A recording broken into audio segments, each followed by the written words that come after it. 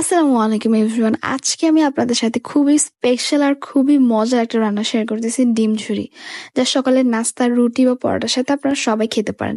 চলুন তাহলে বেশি দেরি না করে আজকের রান্নাটা শুরু করা যাক। প্রথমে একটা প্যানে পরিমাণ মতো তেল দিয়ে তেলটা গরম হয়ে আসলে এই পর্যায়ে এখানে আমরা কেটে রাখা পেঁয়াজ আর কাঁচামরিচটা দিয়ে দিব।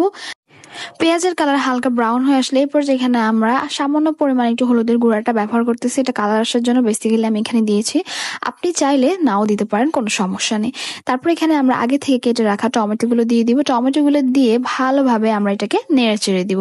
নাড়া হয়ে গেলে এই পর্যায়টাকে আমরা ঢাকনা দিয়ে ঢেকে প্রায় 5 মিনিট পর্যন্ত রান্না করবো। 5 মিনিটে কিন্তু একবারও ঢাকনাটা তুলে নিয়ে, আর চুলার আঁচটা একদম মিডিয়ামে ছিল।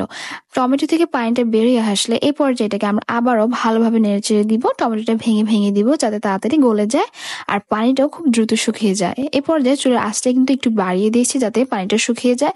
শুকিয়ে গেলে এটাকে আমরা ভালোভাবে নাড়তে থাকবো যাতে নিচে লেগে না যায়। এই পর্যায়ে যদি নাড়তে না থাকে তাহলে কিন্তু নিচে লেগে যাওয়ার সম্ভাবনা থাকতে পারে, তাহলে কিন্তু খেতে এতটা ভালো লাগবে না। এখানে আমরা একটা ডিম ব্যবহার করেছি, আপনারা চাইলে 2টা বা 3টাও ব্যবহার করতে পারেন, কোনো সমস্যা নেই।